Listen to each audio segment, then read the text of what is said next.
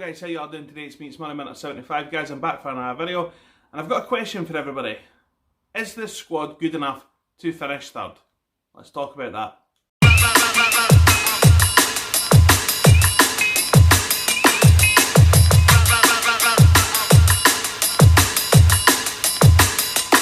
So guys, as I said in the intro there, I've got a really big question for everybody today. Do we think the current Hibs squad is good enough to finish third? Now, I was listening to Gav and the lads over at Hibs Talk there the other day. I was listening to their latest podcast, and they asked the same thing. And they threw up quite a lot of interesting views about the current squad and the current state of play in Scotland just now. And I agreed with a lot of the points that they made. And I mean, I just want to ask the same question and obviously share my opinions on it as well. But before I do that, and before I really get into this video, I want to take a wee minute to wish Carter Lumsden a really happy birthday. It's his 10th birthday today, and I really hope you have a fantastic day, wee man. Obviously, I've known Carter for a wee while. I know his dad, James, as well, so Dad asked me to give you a wee shout out, so I hope you have a fantastic day, buddy. I really do, and hopefully it won't be long before until we're back at Easter Road cheering on the Hibs. So you have a good day. And thanks very much for subscribing to the channel, pal, okay? Thanks very much. Okay, getting into the video today, guys. Basically, I mean, listen, I said at the start of I've actually had this conversation a few times this week. I've said at the start of the week there that I feel that Hibs have strengthened in the positions that we were lacking in last season. We needed somebody to partner Deutsch. We've got Nesbitt in. We needed somebody to provide either a wee bit of cover for Martin Boyle or to start in the same sort of team as him that provides width as well. And obviously we've got that in Dre Wright. We needed steel in the middle of the park as well. That's why we brought in Alex Gogic. Obviously, you know, we've in my opinion, I think we've strengthened, but I don't think we're the finished article yet. I do think that we need another couple of bodies in the door. We need, in my opinion, we need a new defence. Even, you know, I don't know, See, I feel bad at saying that because I felt Adam Jackson was coming on to a wee bit of a game. We've got Ryan Porteous coming back in who's fully fit.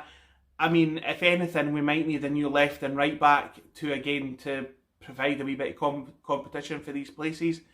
I mean, at this moment in time, this is a good position to be in because obviously it's given Jack Ross a bit of a selection headache. And that is obviously a great place to be. You know, that's where you want to be as a manager. You know, you want to have these questions asked, and you want to obviously have that headache. You know, but I mean, I do think we've strengthened in a lot of ways, but I don't think we're the finished article yet.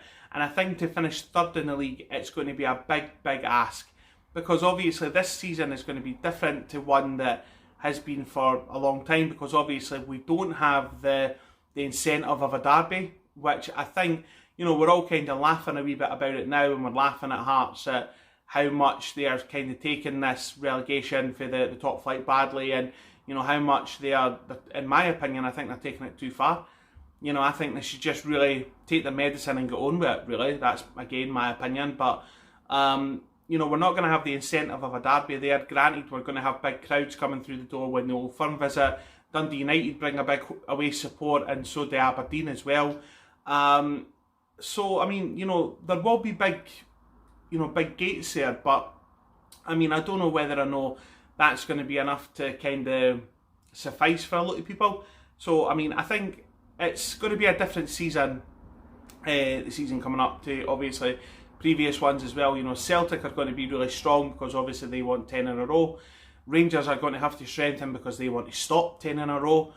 Aberdeen have been consistently strong for the last few years. The same with the likes of Kilmarnock. You know, they've been consistent. Motherwell have always been, you know, big. I'm not going to say big hitters in that sense, but Motherwell again have been consistent. Livingston with a surprise package last season. Are they going to go away and strengthen anymore? Are they going to surprise any other people, or are they going to just fall flat on their face, you know, with the one-hit wonders? You know, we're just going to have to find all this out. I mean, the league will be competitive. The league is always competitive. I don't think the SPL gets the recognition at time it really deserves because, let's face it, Scottish football doesn't get that. You know, we don't have the resources that that England has, in a lot of ways, because, I mean, let's look at this objectively. League Two, League One and the Championship in Scotland. I'm not going to say they're not great leagues, because obviously, when Hibs were in the Championship, the style of football that we played was obviously quite good in that league. Obviously, you had Dundee United in there who were doing the same thing. Teams can play good football. The facilities, unfortunately, aren't that great. And that's obviously from Championship downwards. The facilities aren't that great. I'm sure a lot of people would agree.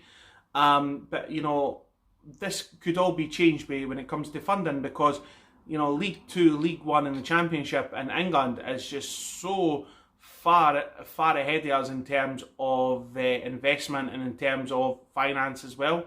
So, I mean, it's difficult to really compare the two, in my opinion.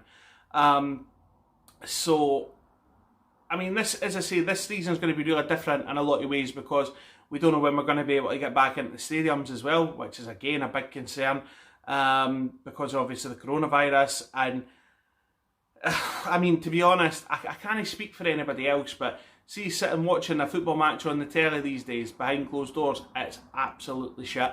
It is absolutely shit, because there's no atmosphere. It's like watching Sunday League football. I'm not saying that the games haven't been relatively good. The Liverpool game the other night with Chelsea was brilliant. It was brilliant entertainment. The FA Cup semi-finals threw up a couple of good games as well. But in my opinion, watching it with no fans, it's really disappointing. Now, obviously, safety comes first when it comes to things like this, and everybody, of course, wants to be safe, of course. But hopefully, fingers crossed, we're going to get back in the stadium soon. Because I can't speak for anybody else, but I'll never take football for granted again. This situation has just been absolutely ridiculous in terms of, just not being able to get to a match on a Saturday. That's what we should all be doing today. We should all be looking forward to the match, but unfortunately we're not. So it's really, really disappointing, but it is what it is, isn't it? Anyway, guys, I'm going to leave that there just now, because again, I feel that I've kind of got my points across that that I wanted to say. I'll leave the floor open to discussions. If you want to discuss this with me, please by all means stick a comment in the comment section below. If you're new to the channel, please subscribe. It's Moneyminter75. Click the bell icon beside the subscribe button. That will let you know when I upload. But that being said, guys, just enjoy the rest of your weekend. Enjoy the rest of your weekend. I don't know what I was trying to say there. Ignore me. Anyway. But yeah, see you later. Ciao.